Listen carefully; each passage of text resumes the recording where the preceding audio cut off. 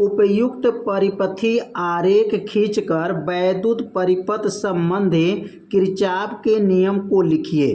तो यहाँ पर जो प्रश्न पूछा गया है, आरेख को खींच करके जो है किरचॉफ का नियम को बताना है। तो सबसे पहले यहाँ पे लिख लेंगे किरचॉफ का नियम क्या होता है। किरचॉफ का नियम बहुत ही आसान है, बस थोड़ा सा आप ध्यान देंगे तो किरचॉफ का नियम क्या होगा, याद हो जाएगा।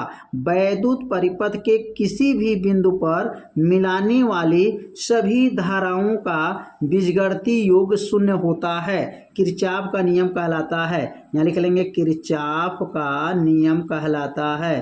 किरचॉफ का नियम, किरचॉफ का नियम कहलाता है या नियम कहते हैं, नियम कहते हैं। कितना आसान है, कैसे परिभाषा को बोलेंगे, किरचॉफ के नियम कैसे बताना है। वैद्युत परिपथ के किसी भी बिंदु पर मिलाने वाली सभी धाराओं का बीजगणितीय योग क्या हो, शून्य हो। अब यहाँ पर आरेख को समझेंगे। जैसे यहाँ पर मान लेते हैं एक संधि है और संधि से आने वाली जो धारा होती हैं वह धनात्मक होती हैं। संधि से आने वाली धारा क्या होती हैं, धनात्मक होती हैं। संधि की ओर आ रहा है, संधि की ओर आ रहा है, संधि की ओर आ रहा है। तो ये संधि की जो ओर आता धारा है वह धारा क्या होती है, जो है धनात्मक होता है। और जो संधि से दूर जो धारा जाता है वह यहाँ से अब दूर जाएगा, तो यहाँ से जब दूर जाएगा तो वह धारा क्या होता है, ऋणात्मक होता है। अब यहाँ संधि की ओर नहीं, अब संधि से क्या हो रहा है, दूर जा रहा है। यहाँ पे जो धारा है, इस धारा का नाम क्या है, तो कहेंगे यहाँ पर I1 नाम है, इसका नाम I2 है और इसका नाम क्या है, I3 है, इसका नाम I4 है, इसका नाम I5 है और यहाँ पर I6 है।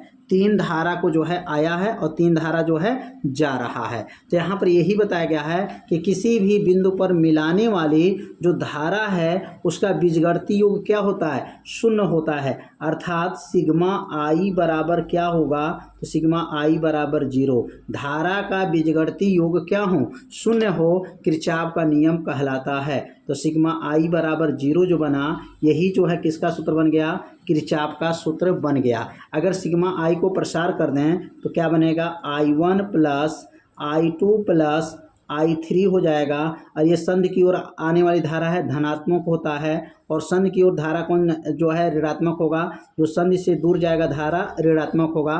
तो I4 माइनस I5 और यहाँ जाएगा प्लस माइनस I6 जो बराबर क्या हो जाएगा, 0 होगा। जब सिग्मा को हटाएंगे तो धारा का ये जो बीजगणितीय योग था वह किसके बराबर हो जाएगा, 0 के बराबर होगा। तो जो संधि की ओर आती हैं धारा वह धनात्मक होती हैं और जो संधि से दूर जाती हैं धारा वह ऋणात्मक होती हैं।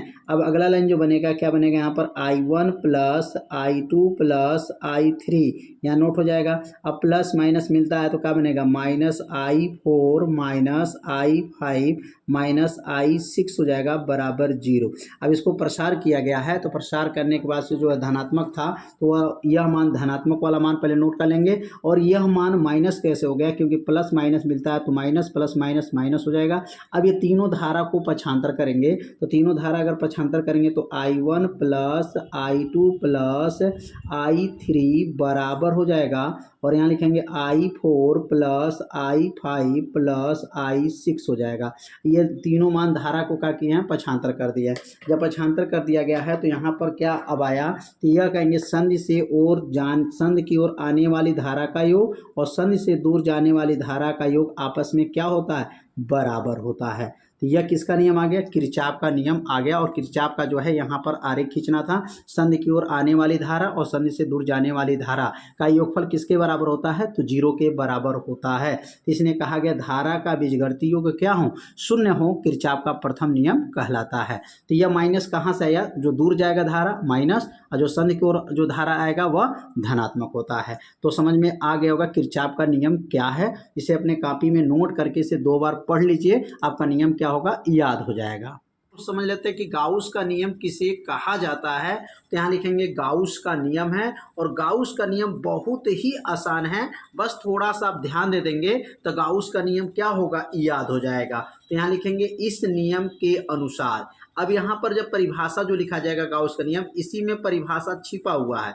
अब कैसे परिभाषा बोलेंगे, किसी बंद पृष्ठ से गुजरने वाला कुल वैद्युत फ्लक्स अब देखिए ये कुल वैद्युत फ्लक्स हो गया, किसी बंद पृष्ठ से गुजरने वाला वैद्युत फ्लक्स उस पृष्ठ पर उपस्थित आवेश का 1/ε0 गुना, गुना माने गुणा, गुना होता है, गाउस का नियम कहलाता है। कितना आसान नियम है, किसी बंद पृष्ठ से गुजरने वाला कुल वैद्युत फ्लक्स, फाई का नाम क्या हो गया, वैद्युत फ्लक्स, उस पृष्ठ पर उपस्थित आवेश का 1/ε0 गुना होता है, गाउस का नियम कहलाता है। अब यहाँ Q का गुणा 1 में कर लेंगे तो क्या बनेगा, फाई E बराबर Q/ε0 हो जाएगा। ये किनका सूत्र हो गया, तो ये गाउस का नियम का क्या हो गया, फार्मूला बन गया और गाउस का यह नियम समाप्त हो गया।